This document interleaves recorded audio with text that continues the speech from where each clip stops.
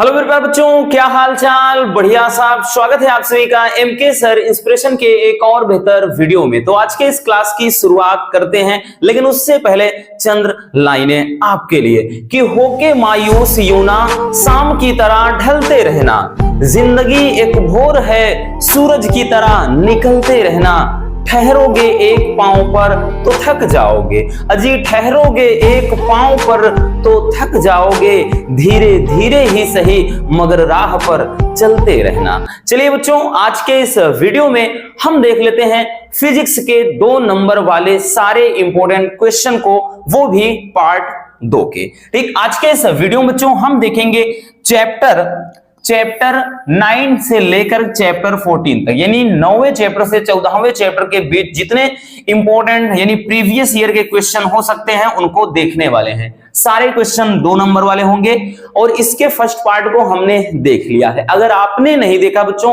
तो इस वीडियो के डिस्क्रिप्शन में उसकी लिंक है, जरूर देख लेना, नहीं तो ये तो वैसे भी आधा अधूरा रहेगा। ठीक, आई होप कि भाई आपने तो देख लिया ही होगा, लेकिन जिन्होंने नहीं देखा पहले उसको जरूर देख लेना बच्चों। ये बहुत ही ज्यादा इंपॉर्टेंट क्वेश्चन है। तो चलिए शुरुआत करते हैं बिना किसी देरी के। चलिए बच्चों चलते हैं क्वेश्चन पर, क्योंकि अब वक्त नहीं है तो भाई वक्त बिल्कुल भी गंवाना नहीं है बच्चों। आपके लिए तो हमारी ही नींद हराम हो गई है, तो भाई आपको तो ये इस समय भाई आप पर क्या बीत रही होगी हम समझ सकते हैं, लेकिन बच्चों ये वक्त टेंशन लेने का नहीं है। आप चिल करिए, एंजॉय के साथ पढ़िए। जिस दिन आप प्रेशर लेकर पढ़ोगे, भाई कितना भी पढ़ लो, साल 2 साल भी आप प्रेशर लेके पढ़ाई करते हो ना, कुछ भी नहीं होगा। इसलिए ठंडे दिमाग से काम करिए। यूं समझिए कि मेरी तैयारी एकदम बेस्ट है, बस इतना अपने दिमाग में रखना होगा। चलिए पहला क्वेश्चन बच्चों की प्रकाश का परावर्तन किसे कहते हैं। ठीक, और इसके नियम लिखिए। देखिए बच्चों ये क्वेश्चन आपका 3 नंबर में भी पूछा जा सकता है। ठीक, तो भाई चाहे 3 नंबर में पूछे चाहे आपका ये 2 नंबर में पूछे, ठीक, लेकिन पूछेगा जरूर, क्योंकि हम कई बार बता चुके हैं ये जो चैप्टर है बच्चों अब की बार नया आया है। बहुत पहले था लेकिन बीच में हटा दिया गया, लेकिन फिर से प्रकाश का परावर्तन ये पूरा यानी जो दर्पण वगैरह चैप्टर है इसमें फिर से नया ला दिया है। ठीक, तो डेफिनेटली पूछेगा, इसमें कोई दो राय नहीं है बच्चों। ठीक, ये काफी ज्यादा इंपॉर्टेंट है, याद रखना, चाहे वो प्रकाश का परावर्तन हो या फिर अपवर्तन हो। देखिए परावर्तन किसे कहते हैं, भाई परिभाषा ये पूरा समझना नहीं है। ठीक, ये क्या लिखा है ये नहीं समझना है, केवल हम जो डायग्राम बना रहे हैं बच्चों वो समझिए। ठीक, पूरी की पूरी कहानी एकदम क्लियर हो जाएगी। चलिए हम एक सरफेस ले लेते हैं। ठीक, एक क्या करते हैं, सरफेस ले रहे हैं जिसके जिसका ये तल क्या है, मतलब एक तल पे मान लीजिए कलई की हुई और ये पूरा परावर्तक तल है, ये ऊपर वाला। ठीक, यानी ये एक चिकना तल है और इसमें क्या है कि भाई एक प्रकाश की किरण यहां से इस पर गिर रही है और उसके गिरने के बाद ये प्रकाश की किरण फिर से ऐसे लौट जा रही है। ठीक है, तो अगर बीच में अगर हम देखेंगे बच्चों, तो अगर यहां से अगर हम देखें तो हम ऐसे ऐसे डैश डैश करके इसके बीचों बीच क्या है, एक अभिलंब खींच सकते हैं। ठीक, ये बीचों बीच ऐसे। अब यहां से समझिएगा, ये जो किरण आती है इसको नाम क्या दिया गया है, आपतित किरण। इसको बोलते हैं बच्चों आपतित या आपाती किरण, आपतित किरण। ठीक, और जो इससे टकराने के बाद मान लेते हैं किरण लौट रही है तो इसको परावर्तित किरण क्या कहते हैं बच्चों, परावर्तित किरण। और ये जो तल है ना रसगुल्लों, इसको मतलब ये एक पॉलिश या चिकना तल है कोई। ठीक, पॉलिशदार या चिकना कोई तल है और ये जो भी सीधा सीधा है तो ये अभिलंब है। क्या है बच्चों, अभिलंब। ठीक, अब इसके बीच मान लेते हैं कि भाई कोई ना कोई कोण बनेगा, तो ये जो कोण होता है इसको दर्शाते हैं आई से। ठीक है ना, किससे दर्शाते हैं बच्चों, ये आई है, बोले तो आपतन कोण, आपतन कोण। और इधर जो कोण बन रहा है आर, वो क्या है, परावर्तन कोण है, परावर्तन कोण। और जिस बिंदु पर ये मिल रहे हैं ये किरण ये और अभिलंब, इस बिंदु का नाम है आपतन बिंदु। जो कुछ भी समझना है बच्चों अपने को वो फिगर ही समझना है। अब हम समझते हैं कि प्रकाश का परावर्तन। अब देखिए परावर्तन शब्द ही है, परावर्तन कह रहा है, ठीक। अगर इसका संधि विच्छेद की तरह से हम अगर इसको एक्सप्लेन करते हैं बच्चों तो ध्यान से समझिएगा। इसी में परधन आवर्तन क्या बनेगा, परधन आवर्तन। पर का मतलब यहां से प्रकाश से है और उसके मतलब ये आवर्तन का मतलब है बच्चों लौटना। आवर्तन का मतलब होता है लौटना। अब प्रकाश का परावर्तन किसे कहते हैं वो समझिए कि प्रकाश का परावर्तन कहते किसे हैं। जब प्रकाश किसी चिकने सतह से या चिकने तल से या किसी पॉलिशदार तल से टकराता है या उस पर गिरता है, ठीक। ये मान लेते हैं कि प्रकाश की किरण है, तो जब प्रकाश की किरण किसी चिकने तल पर क्या करती है भाई, प्रकाश की किरण जब पड़ती है या गिरती है या टकराती है तो टकराने के बाद, ठीक, उसका जो अधिकांश भाग होता है, अधिकांश भाग उसी माध्यम में वापस लौट जाता है। इस घटना को ही प्रकाश का परावर्तन कहते हैं। और ये चीज तो जो आपने हाई स्कूल में भी पढ़ा, इसमें कोई नई चीज नहीं है, ठीक। परिभाषा आप लिखेंगे कि जब प्रकाश किसी चिकने तल पर गिरता है, वही चीज, या टकराता है, कुछ भी लिखने, तो पुनः उसी माध्यम में क्या होता है, ये वापस लौट जाता है। यानी उसका जो अधिकांश भाग होता है उसी माध्यम में ये रिफ्लेक्ट हो जाता है, वापस लौट जाता है। इस घटना को ही प्रकाश का परावर्तन कहते हैं। अब प्रकाश के परावर्तन के नियमों को लिखना है बच्चों, तो परावर्तन के नियम कौन कौन से हैं, तो हम लिखेंगे परावर्तन के नियम। परावर्तन के नियम, तो प्रकाश के परावर्तन के नियम कौन कौन से हैं, ध्यान से समझना बच्चों। अब इस फिगर को समझिए, ये फिगर हमने इसीलिए बनाया। पहला नियम, आपतित किरण, परावर्तित किरण तथा अभिलंब तीनों एक ही तल पर होते हैं। हमने क्या बताया कि आपतित किरण, परावर्तित किरण और अभिलंब तीन के तीनों, ये तीनों क्या होते हैं, एक ही तल पर। यानी जो ये आपतन बिंदु पर मिले हैं, देखिए ये तीन के तीनों बच्चों इसी तल पर आपस में मिले हुए हैं, ठीक है। तो हम लिखेंगे भाई पहला नियम, ठीक। प्रकाश के परावर्तन के दो नियम होते हैं, ठीक। कितने नियम होते हैं, दो नियम, दो नियम है, ध्यान देना, ठीक। दो नियम है, कौन कौन सा, पहला लिखेंगे आपतित किरण, लिखेंगे बच्चों की आपतित किरण, आपतित किरण, परावर्तित किरण, परावर्तित किरण तथा अभिलंब, तथा अभिलंब, अभिलंब तीनों एक ही तल में होते हैं, तीनों एक ही तल में होते हैं, ठीक। तीनों एक ही तल में होते हैं, ये पहला नियम हो गया बच्चों। अब दूसरा नियम क्या होगा, ध्यान से देखिएगा। जो दूसरा नियम है बच्चों, दूसरा नियम ये है कि जो आपतन कोण होता है इसके बीच, भाई आपतन कोण किसे कहते हैं, अगर पूछ लिया जाए कभी कभार आपतन कोण, अगर कभी भी पूछ ले तो आपतन क्या कोण क्या होता है बच्चों, तो आपतित किरण और अभिलंब के बीच बना कोण आपतन कोण। इसी तरह परावर्तित किरण और अभिलंब के बीच बना परावर्तन कोण। तो इसमें जो आपतन कोण होता है वो सदैव परावर्तन कोण के बराबर होता है। बहुविकल्पी में कभी कभार प्रश्न पूछा जाता है कि किसी तल पर कोई प्रकाश की किरण, ठीक, 60 अंश का कोण बनाते हुए गिर रही है, तो परावर्तन कोण कितना होगा, तो रसगुल्लो ये भी 60 ही होगा, ठीक। ये परावर्तन का नियम बोलता है, तो याद रखना, ठीक। तो लिखेंगे बच्चों आपतन कोण सदैव परावर्तन कोण के बराबर होता है, या परावर्तन कोण आपतन कोण के बराबर होता है, कुछ भी लिखिए। आपतन कोण लिखेंगे आपतन कोण, कोण सदैव परावर्तन कोण के बराबर होता है, परावर्तन कोण के बराबर होता है, बराबर होता है, ठीक है ना। सदैव क्या होता है, बराबर होता है।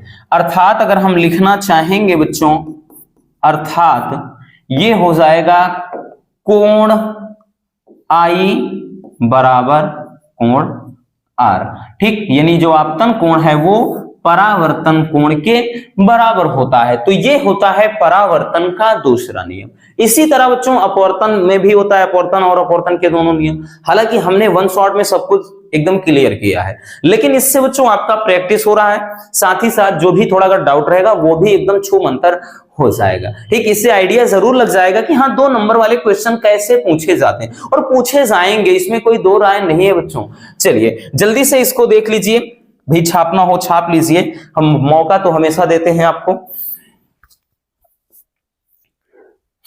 चलिए चलिए अब देखते हैं बच्चों दूसरा क्वेश्चन।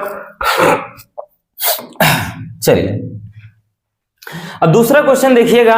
दूसरा क्वेश्चन थोड़ा यूनिक है लेकिन मजेदार है। ये तो बच्चों देखिए मोस्ट इंपोर्टेंट है। कभी कभार कुछ क्वेश्चन ऐसे होते हैं ना जो बच्चों को देख करके ही भाई उनकी हालत खराब हो जाती है। ठीक, यानी बच्चे अगर इसको देखते हैं तो उनके दिमाग में बस एक ही चीज चलती है, यार पता नहीं क्या पूछ लिया है। क्वेश्चन क्या है कि सिद्ध कीजिए कि सघन माध्यम का अपवर्तनांक, बोले तो n, कह रहा है क्रांतिक कोण की ज्या का या के व्युत्क्रमानुपाती होता है। यानी आपको यह सिद्ध करना है कि सघन माध्यम का जो अपवर्तनांक होता है वो क्रांतिक कोण की ज्या के व्युत्क्रमानुपाती होता है। ये हम मान लेते हैं बच्चों 2 माध्यम है। ठीक, जैसे ये अपवर्तन से है, मान लेते हैं एक तरफ माध्यम ही है ये 2। ठीक, इस वाले में यहां मान लेते हैं कि ये विरल माध्यम है, जैसे हवा हो गया, और ये सघन माध्यम है, जैसे कांच मान लें, ठीक, या जल भी ले लें। मान लेते हैं कि भाई इसका अपवर्तनांक क्या है, N2 है, इसका अपवर्तनांक N1 है। ठीक, तो इस तरह से ये माध्यम मान लेते हैं कि 1 है और ये क्या है 2 है। ठीक, तो यहां पर लिखेंगे बच्चों, लिखेंगे कि यदि विरल माध्यम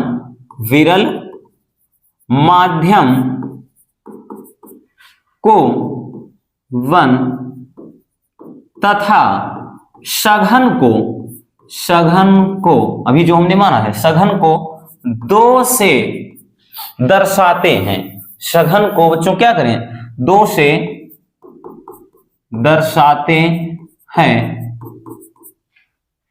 तो सघन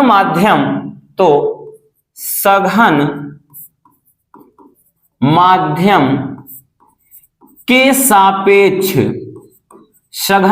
के सापेक्ष विरल माध्यम का अपवर्तनांक, विरल माध्यम का अपवर्तनांक। अब देखिए बच्चों हमने क्या कर लिया कि भाई हमने सघन माध्यम के सापेक्ष विरल माध्यम का अपवर्तनांक निकाल लिया। ठीक है, का अपवर्तनांक। तो इसको दर्शाएंगे कैसे, तो इसको दर्शाएंगे बच्चों 2n1, ऐसे 2n1। अब यहां पर जो होता है वो ऊपर रहता है, ठीक, ये और ये वाला नीचे, तो भाई ऊपर रहेगा sin i upon sin r। कहां से अगर भाई दिमाग में ये चीज आए कि आया कहां, तो लिखेंगे कहां से बच्चों, स्नेल के नियम से, स्नेल के नियम से। ठीक, क्योंकि स्नेल का नियम यही तो कहता है भाई किसी मतलब किसी पदार्थ के अपवर्तनांक के लिए या फिर एक ही रंग के प्रकाश के लिए, ठीक, आपतन कोण की ज्या तथा अपवर्तन कोण की ज्या का अनुपात क्या होता है, कांस्टेंट होता है, नियत होता है। ये जिसको हम अपवर्तनांक बोलते हैं, यही तो कहता है कि आपतन कोण की ज्या तथा अपवर्तन कोण की ज्या का मतलब साइन, ठीक, का अनुपात क्या होता है, नियत होता है।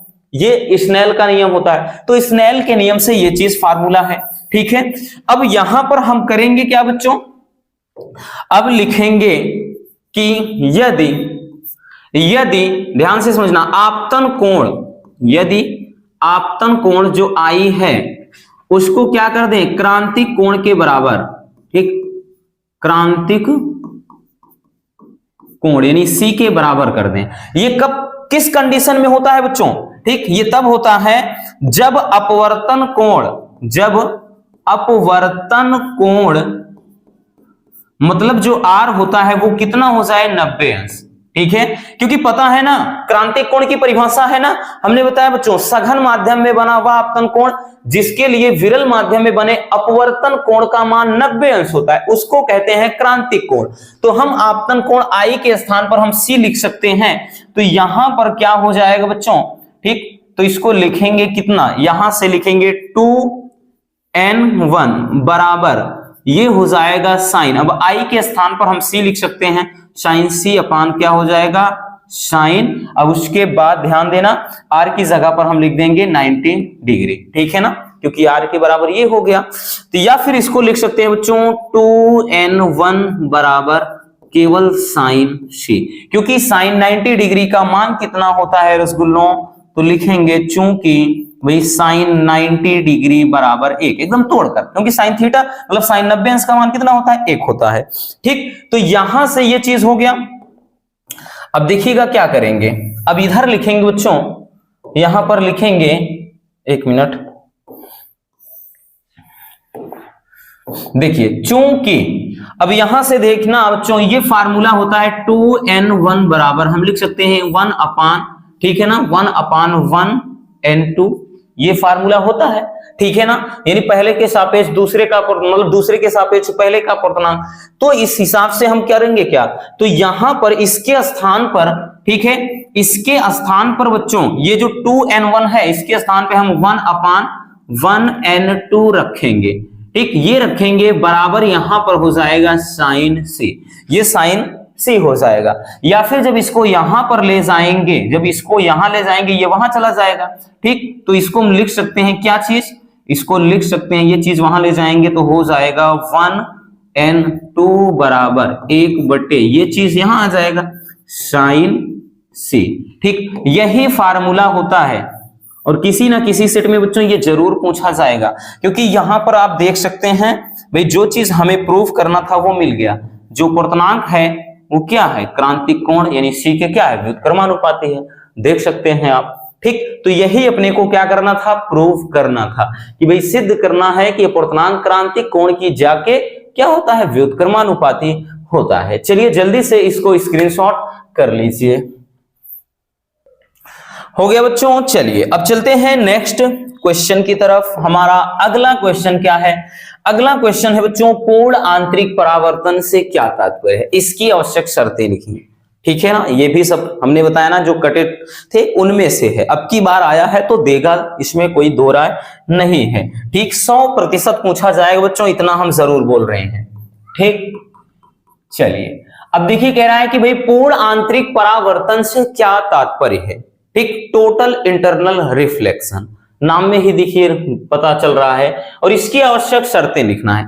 अब देखिए हमने बच्चों आपको वन शॉट में अच्छे से ये चीज समझाया था, अगर आपने देखा होगा, नहीं भी देखा है डोंट वरी, हम यहां पर एकदम क्लियर कर रहे हैं। देखिए एक मतलब यहां से देखिएगा हम 3 कंडीशन बना रहे हैं, पहले समझिएगा, हम 3 कंडीशन बना रहे हैं बच्चों, एक ये हो गया, ठीक, और दूसरी कंडीशन भी एक इसी तरह से बना रहे हैं, और एक तीसरी कंडीशन भी यहां पर बन रही है, ठीक। इसमें क्या है कि भाई ये मान लेते हैं कि ये अपवर्तन की घटना है, ये पारदर्शी कोई माध्यम है, पारदर्शी, ठीक है ना, मतलब आर पार इसमें चला जाएगा, एक तरफ सघन है विरल है कुछ भी, ठीक है ना, मान लेते हैं ऊपर सघन नीचे विरल। तो ऐसी सिचुएशन में ये क्या हो रही है भाई, जब भी सघन माध्यम से विरल माध्यम में प्रकाश की किरण जाती है तो अभिलंब से दूर हटती है, तो ऐसे हट जा रही है भाई। इसका मान अगर हम और बढ़ा दें बच्चों, ठीक, इसका मान हम और भी बढ़ा दें, मतलब ये चीज कर दे रहे हैं, ठीक, तो ये फिर ऐसे हो जाएगी, इसका मान और भी बढ़ जाएगा, ठीक। तो ऐसे केसेस में देख सकते हैं इसके साथ 90 डिग्री, अगर हम इसका मान और भी ज्यादा कर दें, और भी ज्यादा कर दें मतलब ये चीज, ठीक है, यानी इसको हम इसका मान और भी ज्यादा बढ़ा दें तो ये क्या भाई, इसमें जाने के बजाय ये पहले माध्यम में फिर से वापस लौट जाएगी। तो यहां पर आपको ये 3 प्रक्रिया दिखाई पड़ रही है, मतलब 3 स्टेप, 3 आरेख दिखाई पड़ रहे हैं, ठीक। ये वाला जो होगा क्रांतिक कोण के लिए, क्रांतिक कोण किसे कहते हैं, तो हमने परिभाषा बताया है कि सघन माध्यम में बना वह अपतन कोण जिसके लिए विरल माध्यम में बने अपवर्तन कोण का मान बच्चों 90 अंश होता है, उसे कहते हैं क्रांतिक कोण। अब हम और भी ज्यादा बढ़ा दें, इसका मान और बड़ा कर दें, हम लिखेंगे बच्चों कि यदि आपतन कोण का मान, यानी जो आई का मान हो बच्चों, आपतन कोण का मान वो क्रांतिक कोण यानी इससे भी अधिक कर दें, क्रांतिक कोण के मान से भी ज्यादा हम कर दें सी के मान से, यानी आपतन जो कोण है इसका मान क्रांतिक कोण के मान से अगर हम बड़ा कर दे तो प्रकाश की किरण दूसरे माध्यम में जाने के बजाय उसी माध्यम में वापस लौट जाती है। इस घटना को क्या कहते हैं? पूर्ण आंतरिक परावर्तन कहते हैं। ठीक, यानी आपतन कोण का मान जब क्रांतिक कोण के मान से क्या हो जाए बच्चों? बड़ा हो जाए, तो ऐसी स्थिति में प्रकाश की किरण दूसरे माध्यम में जाने के बजाय उसी माध्यम में वापस लौट जाती है। इसी घटना को कहते हैं पूर्ण आंतरिक परावर्तन, यानी पूरी तरह से ये प्रकाश का पूरा परावर्तन होने लगता है। और इस पर एग्जाम्पल है जैसे कांच में ठीक पड़ी दरार का चमकना, हीरे का चमकना, जैसे हीरे की स्ट्रक्चर मान लेते हैं इस तरह से होती है बच्चों हीरे की, तो इसमें होता क्या है? जैसे ये प्रकाश की किरण इस पर पड़ती है, ठीक ऐसे आएगा, तो यहां से भी ऐसे, तो इस तरह से ऐसे बार बार प्रकाश की किरण अंदर रिफ्लेक्ट होती रहती है और इसीलिए हीरा चमकीला दिखाई पड़ता है। ठीक है, तो ये चीज होता है पूर्ण आंतरिक परावर्तन। परिभाषा समझ में आ गया बच्चों? क्या लिखेंगे अब? पूर्ण आंतरिक परावर्तन के लिए शर्तें भी हैं।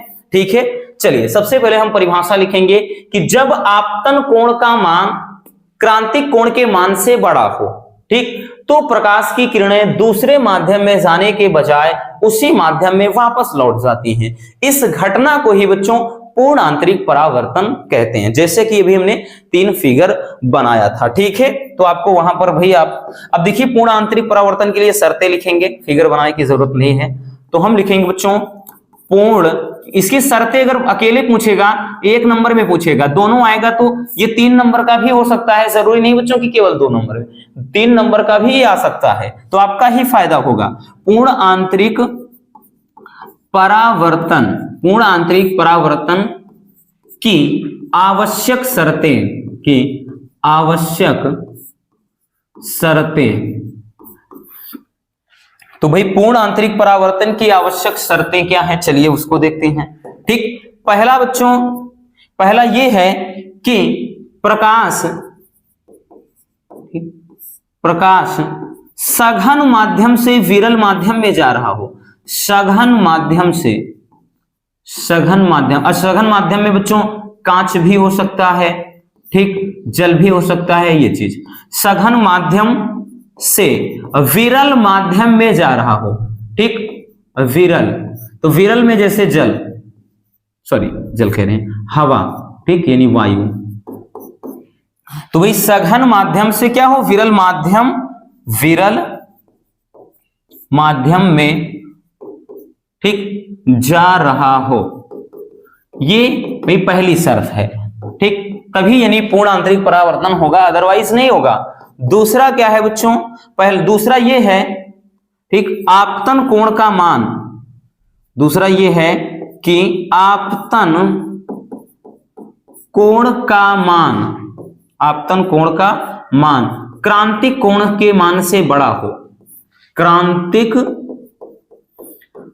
कोण के मान से बड़ा हो, बड़ा हो, ठीक, अर्थात कहने का मतलब यह है बच्चों, यानी जो आपतन कोण का मान हो वो क्रांतिक कोण के मान से बड़ा होना चाहिए, तभी जाकर, यानी पूर्ण आंतरिक परावर्तन की 2 आवश्यक शर्तें हैं। पहला यह है बच्चों कि जो प्रकाश है, ठीक, जैसे कि हम यहां पर बना दे रहे हैं डायग्राम, तो मतलब यह है कि भाई एक तरफ जैसे इधर सघन माध्यम है और इधर विरल माध्यम है, ठीक, तो प्रकाश की किरणें जो होनी चाहिए रसगुल्लों, वो आपके सघन माध्यम से वो विरल माध्यम में जा रही हो, ठीक, इस तरह से मान लेते हैं, यहां पर हम कोई अभिलंब ऐसे खींच देते हैं, ठीक, तो प्रकाश की किरणें सघन माध्यम से अगर विरल माध्यम में जा रही होंगी तभी जाकर के पूर्ण आंतरिक परावर्तन की घटना होती है। दूसरा यह है कि आपतन कोण का मान जो होना चाहिए वो क्रांतिक कोण के मान से बड़ा होना चाहिए, तभी ये होगा, अथवा प्रकाश मतलब ये पूर्ण आंतरिक परावर्तन की घटना होगी ही नहीं। क्लियर हो गया? तो बहुत ही प्यारा सा टॉपिक था ये। चलिए जल्दी से इसको भी स्क्रीनशॉट कर लीजिए।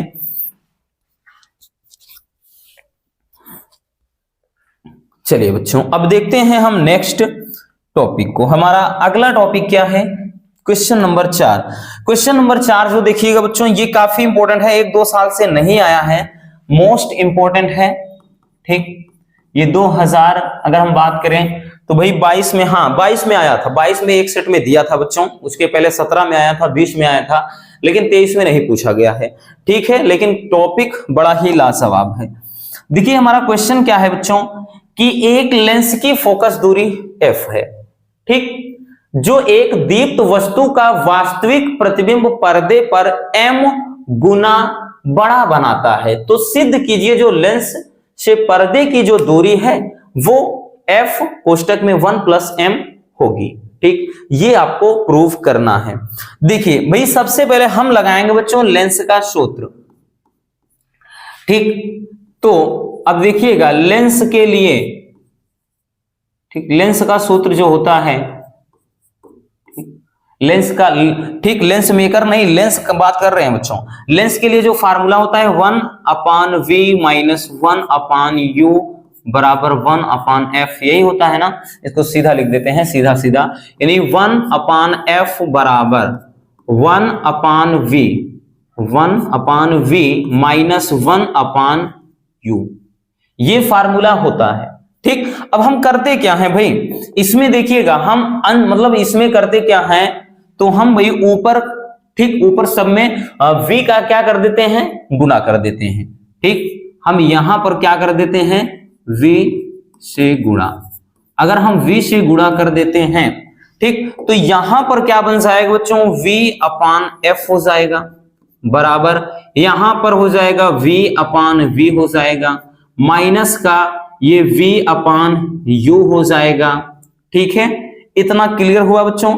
देखिए जो कटने वाली चीजें हो काट दीजिए, v से v कट गया, सिंपल से एकदम बढ़िया तरीके से सीखना है, कोई हड़बड़ाहट नहीं बच्चों। ठीक, यहां से अगर हम इसको देखेंगे तो ये v/f हो गया, बराबर ये तो भाई माइनस, मतलब यहां पर 1 बचा, माइनस का v/u। चूंकि हमको मालूम है रसगुल्लों कि m बराबर v/u होता है लेंस के लिए, अगर दर्पण होता है बच्चों तो यहां पे आगे फार्मूले में माइनस हो जाता। लेंस के लिए m बराबर v/u, ये है क्या, तो ये है रेखीय आवर्धन। रेखीय आवर्धन, क्योंकि रेखीय आवर्धन क्या होता है, लेंस द्वारा, अगर लेंस के लिए है तो लेंस द्वारा बने प्रतिबिंब की लंबाई तथा वस्तु की लंबाई के अनुपात को रेखीय आवर्धन कहते हैं, m से दर्शाते हैं। तो बच्चों यहां से हम इसको क्या लिखेंगे, तो भाई ये चीज हो जाएगा, इधर देखते हैं, एक मिनट, देखिए इधर देख लेते हैं बच्चों, तो ये हो जाएगा v/f बराबर ये मतलब यहाँ पे 1 है और माइनस का, इसके स्थान पे v/u के स्थान पे हम m रख देंगे।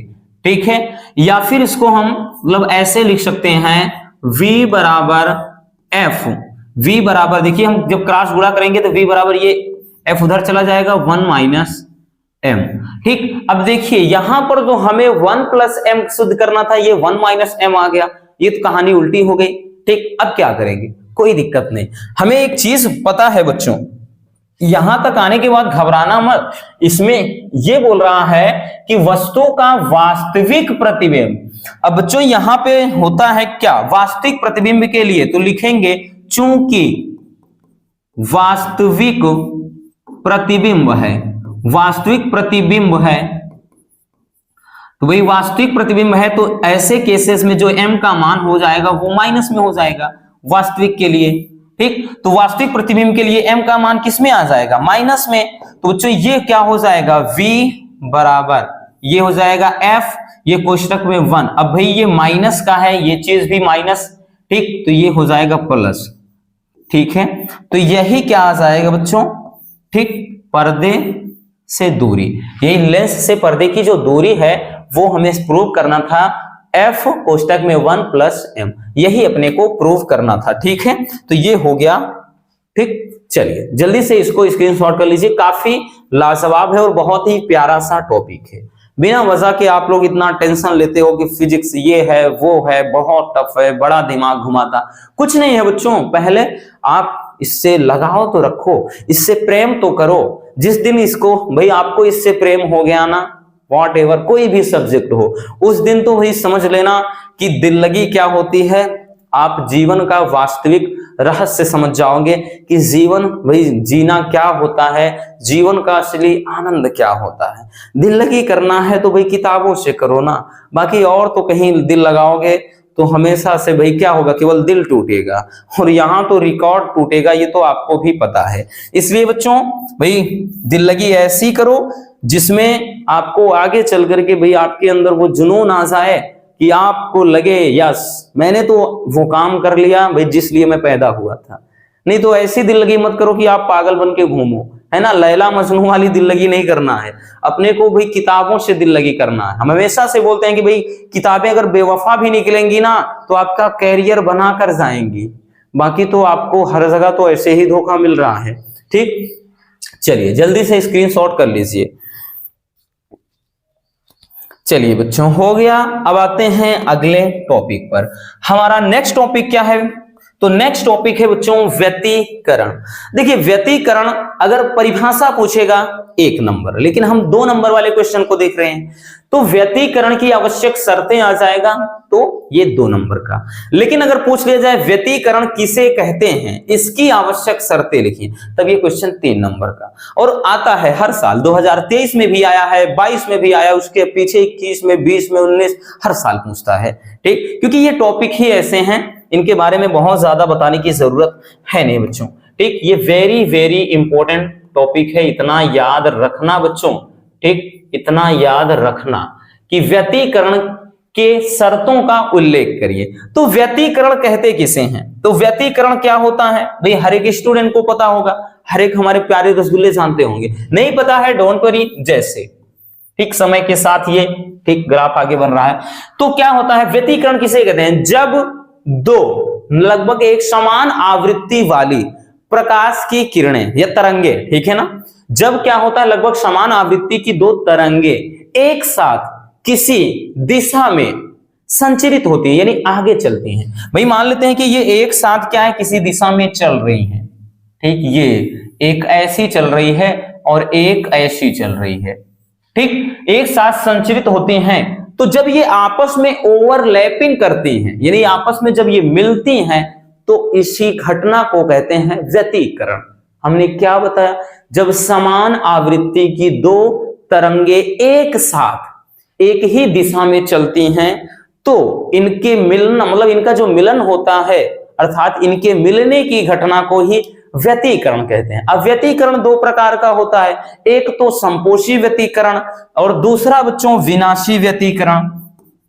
पहला होता है संपोषी, ठीक, संपोषी व्यतिकरण, और दूसरा होता है विनाशी। थोड़ा इसको भी जान लेते हैं क्योंकि संपोषी और विनाशी ये भी 2023 में पूछा था। अब संपोषी व्यतिकरण क्या होता है, तो भाई जिस बिंदु पर प्रकाश मतलब जो प्रकाश की तीव्रता होती है या तरंग की तीव्रता होती है अधिकतम हो, ठीक, तीव्रता अधिकतम होती है, किसकी बात कर रहे हैं बच्चों, तीव्रता की। तो जिस बिंदु पर तीव्रता अधिकतम होती है वो संपोषी व्यतिकरण, और जिस मतलब बिंदु पर तीव्रता न्यूनतम होती है, ठीक, उसे कहते हैं विनाशी व्यतिकरण। तो ये व्यतिकरण भी हो गया और संपोषी और विनाशी व्यतिकरण भी हो गया। क्लियर हो गया ना। ठीक है, हमने बताया जब समान आवृत्ति की 2 तरंगे एक साथ किसी मतलब एक ही दिशा में चलती हैं तो इनके जो मिलने की घटना होती है वो होता है व्यतिकरण। ठीक, ओवरलैपिंग यानी अध्यारोपण जिसको कहते हैं, ठीक, उसे व्यतिकरण कहते हैं। अब व्यतिकरण 2 प्रकार का होता है, एक संपोषी दूसरा विनाशी। तो जिस बिंदु पर मतलब तरंग की जो परिणामी तरंग की जो तीव्रता होती है बच्चों, जिस बिंदु पर अधिकतम हो जाए उसे कहते हैं संपोषी व्यतिकरण, और जिस बिंदु पर तरंग की जो परिणामी तीव्रता होती है न्यूनतम हो जाए यानी कम से कम, उसको कहते हैं विनाशी व्यतिकरण। अब व्यतिकरण के लिए जो आवश्यक शर्तें हैं हमें वो समझना है। तो चलिए देखते हैं बच्चों आवश्यक शर्तों को। अब ये फाइनल तैयारी मान के चलना बच्चों, अब इसके अलावा कुछ बचा नहीं है कि इसको चलो बाद में पढ़ेंगे, नो, यहीं पर पूरा का पूरा निपटा देना है, अब दोबारा आपको जरूरत ही ना पड़े इसकी। ठीक, व्यतिकरण के लिए भाई शर्तें कौन कौन सी, पहला, दोनों प्रकाश स्रोत कला संबद्ध ठीक होने चाहिए। ठीक है ना, दोनों प्रकाश स्रोत कला संबद्ध। कला संबद्ध 2023 में यह भी पूछा था 1 नंबर में, कला संबद्ध स्रोत किसे कहते हैं, तो 2 ऐसे प्रकाश स्रोत जिनके बीच कलांतर स्थित हो, मतलब स्थिर हो, एकदम कांस्टेंट। हमने क्या बोला बच्चों, ध्यान से सुनिएगा, ठीक है ना। जब दो प्रकाश स्रोतों के बीच कलांतर स्थिर हो तो उसे कहते हैं कला संबद्ध स्रोत, ठीक। यानी ऐसे स्रोत जिनके बीच कलांतर स्थिर हो, सिंपल सी बात, ऐसे स्रोत जिनके बीच कलांतर स्थिर हो उसे कहते हैं कला संबद्ध स्रोत। तो ये परिभाषा भी पूछा जाता है 1 नंबर में।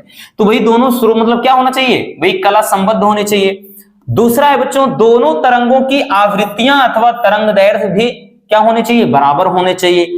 तीसरा पॉइंट है कि व्यतिकरण के लिए दोनों तरंगों के आयाम बराबर होने चाहिए, आयाम बराबर होगा तभी व्यतिकरण की घटना होगी, ठीक। और नेक्स्ट पॉइंट है कि प्रकाश स्रोत के बीच की जो दूरी होनी चाहिए वो बहुत कम, यानी जो दोनों प्रकाश स्रोत एकदम पास पास होने चाहिए, ठीक है। और पांचवा जो पॉइंट है वो है प्रकाश स्रोत बहुत संकीर्ण होने चाहिए। संकीर्ण का मतलब जो प्रकाश स्रोत होना चाहिए जहां से प्रकाश निकल रहा हो, जहां से तरंगे निकल, वो बहुत ज्यादा वाइड यानी चौड़ा नहीं होना चाहिए। संकीर्ण यानी एक पतला छिद्र होना चाहिए, ठीक। ये चीज होता है, समझ में आ गया। तो ये होता है व्यतिकरण के लिए आवश्यक शर्तें। चलिए बच्चों जल्दी से इसको भी छाप लीजिए, इसको भी जल्दी से देख लीजिए, फिर हम चलते हैं नेक्स्ट टॉपिक की तरफ।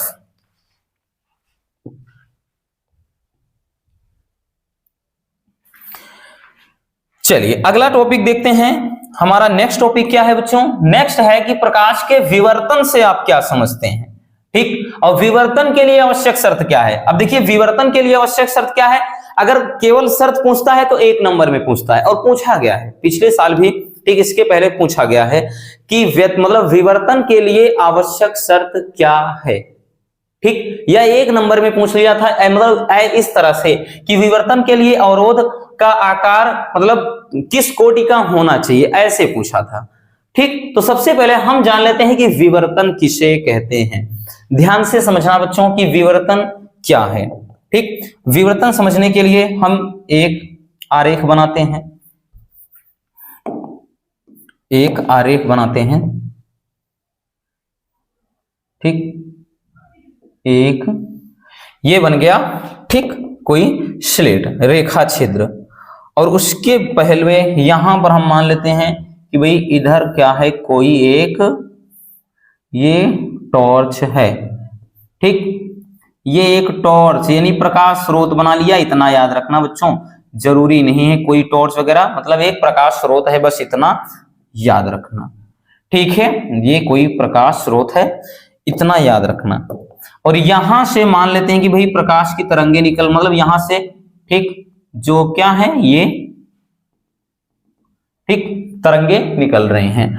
और निकलने के बाद भाई ये रेखा छिद्र से, ये स्लिट से, स्लिट बोल लें या रेखा छिद्र या इसी को अवरोध कह लें, कुछ भी नाम दे दें बच्चों, ठीक। हम इसको कुछ भी नाम दे सकते हैं। तो ये ऐसे रेखा छिद्र को दर्शा रहा है, ठीक। और बहुत दूर पर अगर मान लेते हैं कि एक बहुत दूर पर कोई पर्दा बना ले, तो ये कुछ समय बाद ये एकदम सीधा, अभी तो ये राउंड में है, फिर ऐसा एक समय आएगा एकदम सीधी चलती हुई प्रतीत होंगी, ठीक। अब देखिएगा बच्चों, पर मतलब यहां पर विवर्तन किसे कहते हैं वो समझिए, ठीक। ये क्या है, कोई स्लिट या जिसको हम छिद्र कहते हैं, छिद्र बोलते हैं, ठीक, या स्लिट बोलते हैं या अवरोध बोलते हैं, ये कोई प्रकाश स्रोत है, ठीक है। तो यहां पर ये तरंगे फैली हुई हैं। अब विवर्तन क्या होता है, ठीक। विवर्तन का मतलब ही होता है मुड़ जाना, विवर्तन का मतलब क्या है, मुड़ जाना, ठीक। तो जब प्रकाश की किरणें किसी पतली स्लिट अथवा तीक्ष्ण अवरोध पर पड़ती हैं, जैसे ये प्रकाश की किरणें हैं तो ये अवरोध किसी रेखा छिद्र पर या अवरोध पर पड़ रही हैं, तो होता क्या है बच्चों, वह स्लिट अथवा अवरोध के किनारों की ओर आंशिक रूप से क्या हो जाता है, मुड़ जाता है। कौन, ठीक, प्रकाश, यानी प्रकाश की किरणें जब किसी अवरोध यानी छिद्र से, ठीक, या फिर स्लिट से गुजरती हैं या पड़ती हैं, तो ये होती क्या है, प्रकाश की जो किरणें होती हैं इस ये जो छिद्र होता है इसके किनारों पर आंशिक रूप से मुड़ जाती हैं, ठीक। इसी घटना को क्या कहते हैं, प्रकाश का विवर्तन कहते हैं। अब ध्यान से समझना बच्चों, विवर्तन के लिए शर्त क्या है, ठीक, क्योंकि सबसे ज्यादा जरूरी ये है। तो विवर्तन के लिए शर्त क्या है, तो विवर्तन के लिए जो अवरोध यानी छिद्र का जो आकार होना चाहिए वो प्रकाश की तरंग दैर्घ्य की कोटि का होना चाहिए। याद रखना, ठीक, ये बहुत ज्यादा जरूरी है। ठीक है, तो प्रकाश के मतलब विवर्तन के लिए क्या शर्त है कि अवरोध अथवा छिद्र का जो आकार होना चाहिए वो प्रकाश की तरंगदैर्घ्य का मतलब की कोटि का होना चाहिए, यानी तरंगदैर्घ्य के इक्वल होना चाहिए। ठीक, तो ये चीज हो जाता है विवर्तन और विवर्तन के लिए आवश्यक शर्त। ठीक है, बहुत ही प्यारा सा क्वेश्चन है। चलिए जल्दी से इसको भी स्क्रीनशॉट कर लीजिए।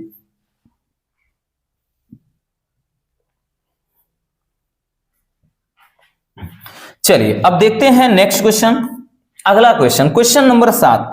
क्वेश्चन नंबर 7 क्या कह रहा है? कह रहा है कि प्रकाश विद्युत उत्सर्जन अथवा प्रकाश वैद्युत प्रभाव क्या है? ठीक, प्रकाश वैद्युत उत्सर्जन या प्रकाश वैद्युत प्रभाव किसे कहते हैं? चलिए इसको एक ठीक फिगर के माध्यम से हम समझ लेते हैं। ठीक है, जैसे एक कोई धातु का टुकड़ा है, ये मान लेते हैं कि कोई धातु है। ठीक, क्या है बच्चों? ये कोई धातु है और इस पर मान लेते हैं कि प्रकाश की किरणें, ठीक, इस पर कोई एक निश्चित आवृत्ति का इस पर प्रकाश डाला जा रहा है, इस पर कोई प्रकाश डाला जा रहा है और जब इस पर धातु की सतह पर पड़ता है, ठीक है ना, तो भाई ये धातु गर्म हो जाएगा। गर्म होने के बाद इसमें से, ठीक, इसमें से ये इलेक्ट्रॉनों का उत्सर्जन होता है। इसमें का बच्चों, इसमें से होता क्या है? इलेक्ट्रॉन का उत्सर्जन होता है। ये जो घटना होती है, इसी घटना को क्या बोलते हैं? प्रकाश वैद्युत प्रभाव या प्रकाश वैद्युत उत्सर्जन कहते हैं। हमने क्या बोला कि जब किसी धातु की सतह पर एक निश्चित आवृत्ति से अधिक आवृत्ति वाला, यानी उससे भी ज्यादा आवृत्ति का कोई प्रकाश डाला जाता है, तो इस धातु की सतह से इलेक्ट्रॉनों का प्रकाश, इलेक्ट्रॉनों का उत्सर्जन शुरू हो जाता है। ठीक, और इसी घटना को कहते हैं प्रकाश वैद्युत प्रभाव। और ये जो इस पर प्रकाश डाला जाता है उसकी आवृत्ति जो होती है एच न्यू, उसकी आवृत्ति क्या होती है? एच न्यू होती है। ठीक, तो ये चीज समझना। परिभाषा लिखेंगे क्या कि जब किसी धातु की सतह पर, जब किसी धातु की सतह पर एक निश्चित आवृत्ति से अधिक आवृत्ति की प्रकाश किरणों को आपतित कराया जाता है, यानी इस पर डाला जाता है, तो धातु की सतह से इलेक्ट्रॉनों का उत्सर्जन होने लगता है। यानी इससे ये क्या होगा? ये जो निकल रहे हैं, यूं समझिए ये इलेक्ट्रॉनों का उत्सर्जन होने लगता है। ठीक, इस घटना को ही बच्चों प्रकाश वैद्युत उत्सर्जन अथवा प्रकाश वैद्युत प्रभाव कहते हैं। ठीक, ये क्वेश्चन भी पूरे 2 नंबर में 2023 में भी पूछा गया था। ठीक, वैसे हर साल आता है किसी ना किसी सेट में, क्योंकि काफी ज्यादा इंपॉर्टेंट ये टॉपिक भी है। ठीक, चलिए जल्दी से इसको भी छाप लीजिए। चलिए अब प्रकाश वैद्युत प्रभाव के बाद नेक्स्ट टॉपिक क्या है? तो नेक्स्ट टॉपिक है बच्चों परमाणु में इलेक्ट्रॉन की अस्थायी कक्षा किसे कहते हैं तथा उसकी शर्त क्या होती है? ठीक, ये भी 2023 में आया था, 22 में भी आया था, उसके पहले भी। ये सब एकदम फिक्स वाले टॉपिक हैं। हमने सबको बच्चों मॉडल पेपर, जो आपका मतलब मॉडल नहीं, जो आपका प्रीवियस ईयर का अनसॉल्व होता है, ठीक, विगत 2 से 3 साल का क्वेश्चन पेपर से ही हमने ये क्वेश्चन को उठाया है। ठीक है, कह रहा है कि परमाणु में इलेक्ट्रॉन की अस्थायी कक्षा किसे कहते हैं? तो जैसे बच्चों कोई परमाणु है, ठीक, ध्यान से समझना, ये कोई जैसे परमाणु की स्ट्रक्चर होती है, ठीक, इस तरह से हम इसकी स्ट्रक्चर बना रहे हैं। ठीक, तो भाई गोला अगर सही से ना बने तो उसको दिल पर मत लेना रसगुल्लों कि गोला सही नहीं बना है, हल्ला मत मारिएगा। चलिए, तो ये हो गया। अब हमको पता है रसगुल्लों कि भाई जो नाभिक होता है उसमें प्रोटॉन प्लस न्यूट्रॉन होता है ना? नाभिक में ये नाभिक होता है, और नाभिक क्या होता है? तो भाई किसी भी मतलब परमाणु का एक वह सूक्ष्म स्थान जिसमें परमाणु का समस्त द्रव्यमान निहित होता है उसको कहते हैं नाभिक। और नाभिक क्या होता है? धनावेशित क्षेत्र या फिर भाग होता है। और जबकि बच्चों इलेक्ट्रॉन होता क्या है? इलेक्ट्रॉन इसके चारों ओर, ठीक, कक्षाओं में क्या करते हैं भाई? चक्कर काटते हैं।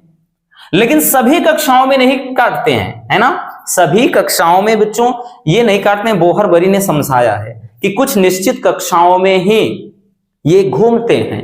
तो अस्थायी कक्षा किसे कहते हैं? तो बच्चों वह कक्षा, ठीक है ना, जिसमें इलेक्ट्रॉन, ये जो मुक्त इलेक्ट्रॉन होते हैं घूमते हैं या चक्कर लगाते हैं, उन्हीं कक्षाओं को ही अस्थायी कक्षा कहते हैं। अब अस्थायी कक्षा में इसकी शर्त क्या होती है, चलिए वो देखते हैं। ठीक, अब परिभाषा लिखना चाहेंगे, आप लिख सकते हैं कि बोहर की परिकल्पनाओं के अनुसार, ठीक है बच्चों, इलेक्ट्रॉन कुछ निश्चित त्रिज्याओं की कक्षाओं में ही बिना ऊर्जा का उत्सर्जन किए हुए घूमते हैं। इन कक्षाओं को ही अस्थायी कक्षा कहते हैं। ठीक है ना, क्योंकि भाई रदरफोर्ड ने ये कहा था जब घूमते हैं तो भाई ऊर्जा का उत्सर्जन होता है, ये होता है, वो होता है, लेकिन बोहर-बरी ने ये एकदम प्रूव कर दिया था कि ये बिना ऊर्जा का उत्सर्जन किए हुए घूमते हैं। ठीक, ये बताया था अगर मान लेते हैं कि किसी घूमते हुए इलेक्ट्रॉन को ऊर्जा मिल भी जाती है तो ये क्या होते हैं, तत्काल अपनी कक्षा को छोड़कर दूसरी कक्षा में पहुंच जाते हैं और चंद सेकेंडों में ही फिर से अपनी प्रारंभिक मतलब उसी मूल कक्षा में ये वापस लौट आते हैं। तो ये कब होता है, जब उनको बाहर से ऊर्जा मिलती है तभी ऐसा होता है, नहीं तो वो बिना ऊर्जा का उत्सर्जन किए वो कॉन्स्टेंटली मतलब घूमते रहते हैं। ठीक है, मतलब कंटिन्यू रूप में। चलिए अब देखिएगा इसके लिए आवश्यक शर्त क्या है बच्चों, तो इसके लिए आवश्यक शर्त क्या है, ध्यान से समझना। ठीक, घूमते हुए या फिर लिखेंगे परिक्रमा, ठीक, परिक्रमा करते हुए इलेक्ट्रॉन का कोणीय संवेग, एक कोणीय संवेग यानी उस कक्षा में इलेक्ट्रॉन का जो कोणीय संवेग होता है, किस कक्षा में, अस्थायी कक्षा में। तो कोणीय संवेग जो होता है J बराबर क्या होता है बच्चों, NH/2π होता है, या फिर हम J बराबर लिख सकते हैं MVR बराबर N × H/2π। ये फार्मूला होता है।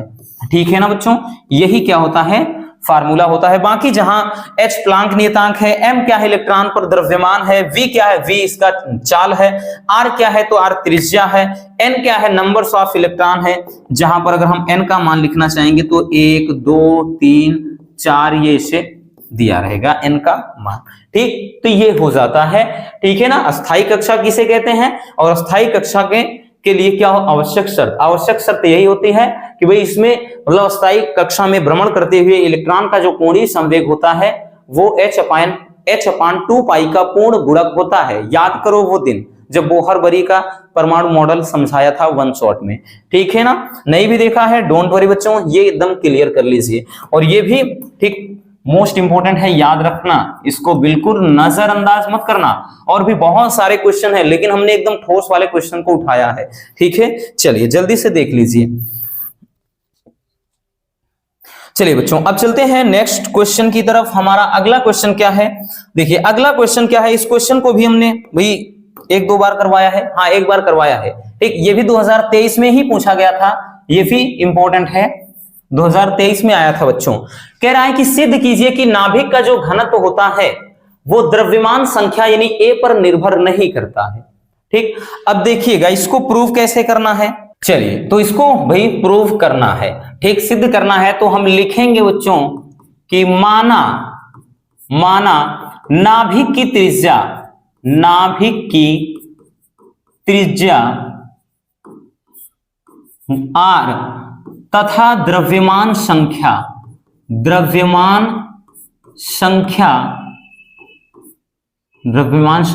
A है। ठीक, तो भाई हम लिखेंगे आयतन, तो नाभिक का हम आयतन यहाँ पे परमाणु आयतन लिखेंगे, तो आयतन क्या हो जाएगा, आयतन V बराबर, भाई आयतन क्या होता है 4/3 πr³। तो R यहाँ पर कैपिटल R है बच्चों, इसलिए कैपिटल R लिखेंगे r³। ठीक, ये आयतन, क्योंकि भाई परमाणु गोलाकार होता है और गोले का आयतन क्या होता है 4/3 πr³ होता है। ठीक है ना, बट चूंकि जो त्रिज्या होती है, त्रिज्या के लिए जो सूत्र होता है परमाणु की त्रिज्या वो होता है R बराबर क्या होता है बच्चों, R0 × A⁻⁴। ठीक, ये फार्मूला होता है त्रिज्या के लिए। ठीक, तो इस फार्मूले पर हम करते क्या है, मतलब यहां पर ध्यान से समझना, जो इस वाले फार्मूले पर, ठीक, तो यहां पर इसको इक्वेशन नंबर 1 दे देते हैं। तो हम लिखेंगे बच्चों R का मान समीकरण 1 में रखने पर, तो 1 में रख देते हैं भाई, समीकरण 1 में क्या करते हैं, रख देते हैं पूरा r का मान। तो आयतन कितना हो गया बच्चों, 4/3 हो गया पाई, भाई यहां पर r की जगह पर ये पूरा का पूरा रखेंगे, यानी r0 इंटू a की पावर 1/3 ये क्यूब हो जाएगा। ठीक है, तो यहां पर इसको हम लिखेंगे v बराबर, ये हो गया 4/3 पाई, ये तो हो जाएगा बच्चों कितना, r0 ये क्यूब हो गया, इंटू अब a की पावर ये 1/3 है और इंटू ये 3 है, तो ये से ये कट गया। ठीक, तो यहां पर जो इसका आयतन निकल कर आया, आयतन निकल कर कितना आया बच्चों, तो ये हो गया v बराबर ये 4/3 पाई r, सॉरी ये वाला r नहीं है, r0 ये क्यूब हो गया इंटू का, यहां पर भाई केवल a बच गया। ये तो आयतन। अब हम निकालेंगे बच्चों क्या, घनत्व, घनत्व रो हो गया। ठीक, तो घनत्व बराबर क्या होता है, द्रव्यमान बटे आयतन, तो यहां पर द्रव्यमान संख्या है भाई। ठीक, द्रव्यमान संख्या यानी वही चीज, द्रव्यमान बटे आयतन, डायरेक्टली यही लिखिए, द्रव्यमान बटे आयतन होता है। तो इस फार्मूले में हम करेंगे क्या बच्चों, लिखेंगे घनत्व। ठीक, घनत्व रो बराबर ये हो गया क्या चीज, अब देखिएगा ये द्रव्यमान कितना है, तो भाई इसका जो नाभिक का जो द्रव्यमान संख्या है ये द्रव्यमान a है। ठीक, अपान आयतन कितना है बच्चों, तो ये आयतन देख रहे होंगे 4/3, उसके बाद ये पाई, फिर r0 ये क्यूब हो गया इंटू a हो गया। ठीक, देख रहे होंगे सीधी सी बात है कि भाई a से a कैंसिल हो रहा है। ठीक, तो यहां पर ये हो जाएगा रो बराबर, ठीक, रो बराबर कितना हो जाएगा, ये 3 ऊपर चला जाएगा तो 3 बटे नीचे हो गया 4 पाई इंटू r0 क्यूब। ठीक है ना, 4 पाई इंटू r0 ये क्यूब, अरे 1 मिनट, ये क्यूब भाई क्या हो रहा है, ये क्यूब हो गया। तो यहां से देख रहे होंगे बच्चों, इस फार्मूले में अगर आप गौर से देखिएगा तो इस वाले फार्मूले में कहीं a का नामो निशान नहीं है, तो यही अपने को प्रूव करना था, यही सिद्ध करना था कि जो घनत्व होता है वो द्रव्यमान संख्या यानी a पर निर्भर नहीं करता है। देखिए ये घनत्व बराबर लिखा तो कहीं पर a है, अगर a फार्मूले में होता तो समझिएगा तब घनत्व द्रव्यमान संख्या पर निर्भर करता, लेकिन यहाँ पर घनत्व नहीं है तो आप लिख देंगे यहाँ पर भी, मतलब अतः नाभिक का जो घनत्व होता है द्रव्यमान संख्या पर निर्भर नहीं करता है। ठीक, यहीं से आप मतलब ये एक लाइन में लिख सकते थे कि अतः घनत्व द्रव्यमान संख्या पर, द्रव्यमान, ठीक, द्रव्यमान संख्या पर निर्भर नहीं करता है, निर्भर नहीं करता है। ठीक, तो अब यही लिख देंगे। ठीक है ना, तो बहुत ही प्यारा सा ये टॉपिक था। ठीक, चलिए जल्दी से इसको स्क्रीनशॉट कर लिए, बस प्रैक्टिस की जरूरत है, एक बार अगर प्रैक्टिस कर लोगे बच्चों तो दिक्कत नहीं होगी। ठीक, जल्दी से इसको छाप लीजिए। चलिए अब देखते हैं नेक्स्ट क्वेश्चन को। हमारा नेक्स्ट क्वेश्चन क्या है बच्चों, 10वां क्वेश्चन, क्वेश्चन नंबर 10। ये भी अपने आप में काफी लाजवाब क्वेश्चन है। कह रहा है नाभिकीय बल किसे कहते हैं, नाम में ही बहुत कुछ रखा है, नाभिकीय बल। ठीक, क्या कह रहा है बच्चों, नाभिकीय बल। नाभिकीय बल होता क्या है। ठीक, तो ये कोई भाई हमने बताया कि परमाणु का नाभिक है। ठीक, ये चीज अब यहां पर ध्यान से समझना बच्चों, भाई प्रोटॉन प्लस न्यूट्रॉन होता है, और प्रोटॉन प्लस न्यूट्रॉन को ही इसी को अपन बोलते हैं न्यूक्लियन। क्या कहते हैं, इसी को न्यूक्लियन कहते हैं। ठीक है, इसी को कहा जाता है न्यूक्लियन। तो नाभिकीय बल किसे कहते हैं, तो वह बल यानी परमाणु के भीतर उपस्थित वह बल जो न्यूक्लियनों को बांधे रखता है, बोले तो प्रोटॉन और न्यूट्रॉन को बांधे रखता है, उस बल को ही अपन क्या कहते हैं, नाभिकीय बल कहते हैं। सिंपल सी परिभाषा है बच्चों, परिभाषा लिखेंगे कि किसी नाभिक के अंदर उपस्थित वह बल जो न्यूक्लियनों को परस्पर बांधे रखता, मतलब एक दूसरे को बांध कर रखता है, उस बल को ही क्या कहते हैं, नाभिकीय बल कहते हैं। अब देखिएगा नाभिकीय बल के गुण आपको बताना है, क्योंकि सबसे ज्यादा जो इंपॉर्टेंट होता है वो होता है गुण। तो नाभिकीय बल के गुण क्या हैं, चलिए बहुत ही सिंपल तरीके से समझेंगे। तो पहला है ये बल अत्यंत तीव्र है, ठीक। जो नाभिकीय बल होते हैं अत्यंत तीव्र बल होते हैं, यानी ये तीव्र आकर्षण जिसको बोलते हैं, ठीक, आकर्षित करने वाले बल होते हैं, ठीक, वही है। दूसरा लिखेंगे ये आकर्षण बल होते हैं। तीसरा बच्चों ये बल अत्यंत लघु परिसर बल होते हैं, मतलब इनकी जो सीमा होती है वो बहुत ही सूक्ष्म होती है, ठीक। और चौथा है ये बल गुरुत्वीय बल नहीं होते हैं, ठीक है। तो ये नाभिकीय बल के क्या हैं, कुछ गुण हैं, तो याद रखना नाभिकीय बल क्या होता है और नाभिकीय बल के मतलब लक्षण, ठीक, या इसकी विशेषताएं या फिर गुण, ठीक। चलिए जल्दी से इसको स्क्रीनशॉट कर लीजिए।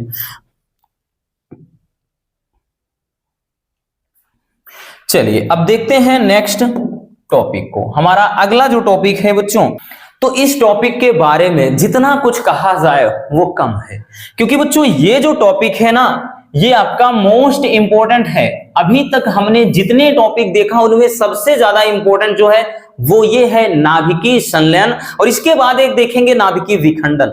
2022 में दोनों को मिलाकर 5 नंबर में पूछ लिया था, 2023 में भी ये 3 नंबर में आया था। यानी ऐसा कोई ईयर नहीं जाएगा जब ये क्वेश्चन ना पूछे जाएं, क्योंकि बच्चों ये जिस चैप्टर से है उसमें एक तो नाभिकीय विखंडन, दूसरा नाभिकीय संलयन, दोनों मोस्ट इंपॉर्टेंट है। कितने भी सेट बन जाए इनको जरूर देगा, नहीं इससे संबंधित कोई अभिक्रिया वगैरह देता है लेकिन देता जरूर है। चलिए देख लेते हैं नाभिकीय संलयन किसे कहते हैं, ठीक। देखिए संलयन का मतलब होता है जुड़ जाना ना, और विखंडन का मतलब है विखंडित हो जाना, टूट जाना। तो कह रहा नाभिकीय संलयन क्या है और प्रकृति में नाभिकीय संलयन का कोई एक एग्जांपल आपको बताना है। तो नाभिकीय संलयन किसे कहते हैं, जब दो हल्के नाभिक, ठीक, दोनों क्या होते हैं हल्के नाभिक मिल करके परस्पर क्या एक भारी नाभिक का निर्माण कर दें, तो इस घटना को या इस प्रक्रिया को बोलते हैं नाभिकीय संलयन। जैसे लिखेंगे बच्चों कि जब दो हल्के नाभिक मिलकर के एक भारी नाभिक का निर्माण कर देते हैं तो इस प्रक्रिया को बोलते हैं नाभिकीय संलयन, ठीक। अब इसमें जो सबसे ज्यादा जरूरी है वो होती है बच्चों आपकी अभिक्रिया। तो इसमें जैसे हाइड्रोजन के दो हल्के नाभिक, हाइड्रोजन में अगर हम बात करें तो यहां पर जैसे हमने ले लिया है बच्चों जैसे ड्यूटेरियम, तो ड्यूटेरियम के दो हल्के नाभिक ले लिया। ये जब आपस में संलयित होते हैं, तो जब संलयित होते हैं तो इससे एक ट्राइटियम का एक भारी नाभिक बनता है, ठीक, ट्राइटियम का, और साथ ही साथ ये प्रोटियम, ठीक, क्योंकि अगर 1H1 है प्रोटियम पढ़ते हैं, 1H2 है ड्यूटेरियम पढ़ते हैं, 1H3 है तो ट्राइटियम, प्रोटियम ड्यूटेरियम ट्राइटियम, याद रखना बच्चों हाइड्रोजन के समस्थानिक है। तो ये चीज बन जाता है, और साथ में बच्चों, ठीक, लगभग 4 MeV ऊर्जा प्राप्त होती है, तो ऊर्जा के लिए लिख देते हैं बहुत है, ये चीज हो जाता है। लेकिन ये जो अभिक्रिया है 2 चरणों में होती है। ये जो आपका, ठीक, यहां पर ट्राइटियम मतलब ये ट्राइटियम का नाभिक बना है बच्चों, ये फिर से जो ट्राइटियम का नाभिक होता है ये फिर से ड्यूटेरियम के नाभिक से जब संलयित होता है यानी मिलता है तो बच्चों क्या बनाता है, तो ये हीलियम के एक भारी नाभिक का निर्माण करता है, हीलियम के एक भारी नाभिक का निर्माण करता है। लेकिन यहां पर 3 2 5 है तो भाई यहां पर 1 है, तो यानी एक ये न्यूट्रॉन हो जाएगा, ठीक, और साथ में यहां पर लगभग 17.6 MeV में ऊर्जा निकलती है, तो ऊर्जा के लिए लिख देते हैं बहुत है, ठीक। तो ये प्रक्रिया होती है, ठीक है ना। जब क्या होता है बच्चों, ड्यूटेरियम के, सबसे पहले यहां पर जब ड्यूटेरियम के हल्के नाभिक, जब ड्यूटेरियम के 2 हल्के नाभिक मिल रहे हैं तो ये बन रहा है ट्राइटियम, ठीक, ट्राइटियम का एक भारी नाभिक बना रहा है, ये ट्राइटियम हो जाएगा, ये इसको बोलते हैं प्रोटियम, ठीक, प्रोटियम, प्रोटियम बन जाता है, ठीक। और उसके बाद यहां पर जब ये फिर से ट्राइटियम ये ड्यूटेरियम से संलयित होता है तो ये हीलियम के एक भारी नाभिक का निर्माण कर रहा होता है, ठीक है, यानी करता है, तो ये चीज हो जाता है। और इसमें एक क्वेश्चन भाई जो आगे कुछ पूछा था बच्चों, इसमें ये पूछ रहा है कि प्रकृति में नाभिकीय संलयन का एक उदाहरण लिखिएगा, तो सूर्य, क्योंकि सूर्य के अंदर नाभिकीय संलयन प्रक्रिया होती है जिसके थ्रू क्या होते हैं हाइड्रोजन के नाभिक मिलकर हीलियम के भारी नाभिक का निर्माण करते हैं, तभी वो हमें भाई ऊर्जा के रूप में प्राप्त होती है,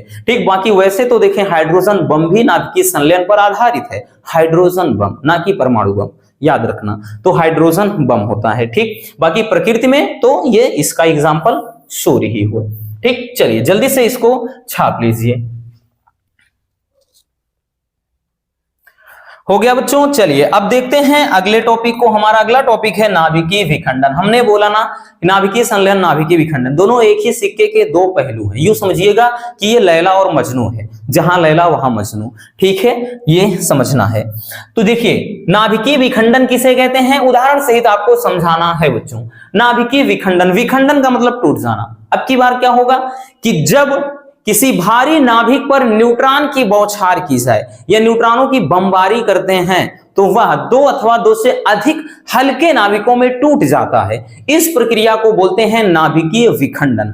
ठीक है, तो यहां पर लिखेंगे परिभाषा, जब किसी भारी नाभिक पर न्यूट्रॉन की बौछार या बमबारी की जाती है तो वह दो अथवा दो से अधिक हल्के यानी छोटे छोटे नाभिकों में टूट जाता है। इस घटना को या इस प्रक्रिया को बच्चों क्या कहते हैं, नाभिकीय विखंडन कहते हैं। जैसे हमने क्या किया, ठीक, यूरेनियम का यूरेनियम 92-235 यूरेनियम 92-235 का एक भारी नाभिक ले लिया और हमने इस पर न्यूट्रॉनों की बौछार किया, यानी न्यूट्रॉन का ये सिंबल है, न्यूट्रॉन की बमबारी जब किया, ठीक, यूरेनियम पर, तो ये क्या होता है, दो अथवा उससे अधिक हल्के नाभिकों में टूट जाता है। एक तो ये बेरियम के नाभिक में टूट रहा है, ठीक, ये बेरियम के नाभिक में, ठीक है, और साथ ही साथ ये एक क्रिप्टॉन के नाभिक में टूट जाता है। ठीक, ये एक क्रिप्टॉन के नाभिक में टूट रहा है। लेकिन देख लेते हैं भाई, इसमें 235 से 36 हो गया, लेकिन 9 यहां पर कितना कमी है, 13 3 16। हाँ, तो यहां पर देख सकते हैं लगभग 6 की, तो ये इधर देखेंगे, ठीक, मतलब 3 की कमी हो रही है, तो यहां पर ये कितना हो जाएगा, ये 3 न्यूट्रॉन यहां पर निकल जाएगा और साथ में बच्चों क्या प्राप्त होगी, ऊर्जा। ठीक, तो ये हो जाता है आपका नाभिकीय विखंडन। ठीक, नाभिकीय विखंडन हो जाता है। ठीक, ये बेरियम का नाभिक टूट रहा है, ये यूरेनियम है। जब यूरेनियम पर हमने क्या किया, ठीक, जब यूरेनियम पर न्यूट्रॉन की बौछार किया या न्यूट्रॉनों की बमबारी किया बच्चों, ठीक है, तो वो बेरियम और क्रिप्टॉन, बेरियम और क्रिप्टॉन के दो हल्के नाभिकों में ये विभाजित हो जा रहा है। ठीक है, और अपार ऊर्जा निकलेगी। तो इस तरह से प्रक्रिया होती है नाभिकीय विखंडन की। अब इसमें एक और इसमें पूछा है उदाहरण सहित, तो भाई अगर हम देखेंगे तो नाभिक मतलब नाभिकीय रिएक्टर, नाभिकीय जो नाभिकीय रिएक्टर होता है बच्चों, नाभिकीय रिएक्टर, ठीक, एक मिनट, तो नाभिकीय जो रिएक्टर होती है, ठीक, परमाणु भट्टी जिसको कहते हैं, वो नाभिकीय विखंडन प्रक्रिया पर आधारित होती है। या एक और लिखना चाहेंगे परमाणु बम। ठीक, परमाणु बम, जो परमाणु बम होता है ना बच्चों, वो भी नाभिकीय विखंडन की प्रक्रिया पर आधारित होता है। ठीक, परमाणु बम भी। तो चलिए जल्दी से इसको स्क्रीनशॉट कर लीजिए। चलिए हो गया। अब चलते हैं नेक्स्ट क्वेश्चन पर। एक अगला क्वेश्चन है जो बच्चों, ठीक, ये ध्यान से देखिएगा, क्या बोल रहा है कि अर्धचालक को P तथा N प्रकार का अर्धचालक कैसे बनाया जाता है। ठीक, अर्धचालक क्या होते हैं, ऐसे पदार्थ जिनकी चालकता चालक से कम लेकिन कुचालक से ज्यादा हो। ठीक, जैसे मान लेते हैं एक तरफ क्या है बच्चों, एक तरफ है चालक, दूसरी तरफ अचालक, तो बीच वाले जो होते हैं वही होते हैं अर्धचालक। ठीक, तो भाई इनकी जो चालकता है, अर्धचालक क्या होते हैं, तो ऐसे पदार्थ होते हैं, ठीक, जिनकी चालकता चालक से तो कम होती है लेकिन अचालक से इनकी चालकता अधिक होती है, तो ऐसे पदार्थों को बोलते हैं अर्धचालक। ठीक, क्या बोलते हैं, अर्धचालक कहते हैं। ठीक, अब देखिएगा अर्धचालक में कह रहा है कि P प्रकार का यानी P टाइप अर्धचालक और N टाइप अर्धचालक कैसे बनाते हैं। ठीक, तो ध्यान से समझिएगा बच्चों, दोनों बहुत ही सिंपल तरीके से लिखा है। जब शुद्ध जर्मेनियम में, ठीक, यानी जब शुद्ध जर्मेनियम अर्धचालक में 3 संयोजकता वाले तत्व, 3 संयोजकता में जैसे क्या आएगा आपका, आ जाएगा एल्यूमिनियम। ठीक, भाई उसकी वैलेंसी कितना होता है 3। जब 3 संयोजकता वाले पदार्थ को मिलाया जाता है तो बनता है बच्चों पी प्रकार का अर्धचालक।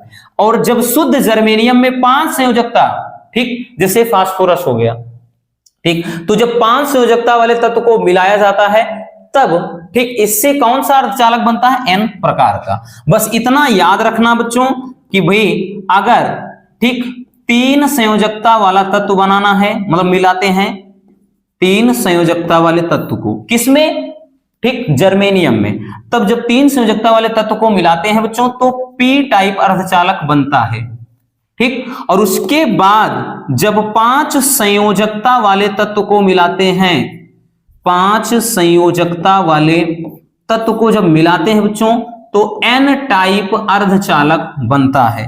ये चीज बहुत जरूरी है, ठीक। और पी टाइप अर्धचालक में बच्चों इसमें, ठीक, बहुसंख्यक वाहक क्या होते हैं, तो बहुसंख्यक, पी टाइप अर्धचालक में बहुसंख्यक जो होते हैं वो होते हैं कोटर, अल्पसंख्यक इलेक्ट्रॉन होते हैं। जबकि एन टाइप अर्धचालक में क्या होते हैं, बहुसंख्यक क्या होते हैं, बहुसंख्यक आवेश वाहक जो होते हैं वो इलेक्ट्रॉन होते हैं। और इसमें अल्पवाहक जो होते हैं वो होते हैं कोटर, ठीक है, याद रखना, ये चीज याद रखना बच्चों, ठीक। पी टाइप अर्धचालक में बहुसंख्यक आवेश वाहक, ये 1 नंबर में पूछता है, ठीक, बहुविकल्पी में भी पूछता है। तो पी टाइप अर्धचालक में बहुसंख्यक आवेश वाहक कोटर होते हैं, जबकि एन टाइप मतलब अर्धचालक में बहुसंख्यक आवेश वाहक इलेक्ट्रॉन होते हैं। चलिए जल्दी से इसको भी छाप लीजिए। हो गया, तो बस आज के इस वीडियो में इतना ही। आई होप आज की ये वीडियो काफी ज्यादा इंटरेस्टिंग रही होगी। अगर वीडियो पसंद आई हो तो बच्चों प्यार से एक लाइक जरूर कर देना। इस मेहनत के लिए, भाई आपके लिए इतना कुछ कर रहे हैं तो आपका भी फर्ज होता है कि भाई एक तोहफे में, गुरु दक्षिणा के रूप में बस वीडियो को लाइक करना है और भाई एक प्यारा सा कमेंट करना है। और साथ ही चैनल को अगर सब्सक्राइब नहीं किया है तो वो भी कर लीजिए, क्या जाता है आपका, आपके लिए इतना मेहनत कर रहे हैं, आप इतना भी नहीं कर सकते हो। खैर आपकी मर्जी। मिलते हैं किसी और ऐसे शानदार वीडियो के साथ। Love you, bye bye, take care. और एक प्यारा कमेंट तो जरूर कर दीजिए।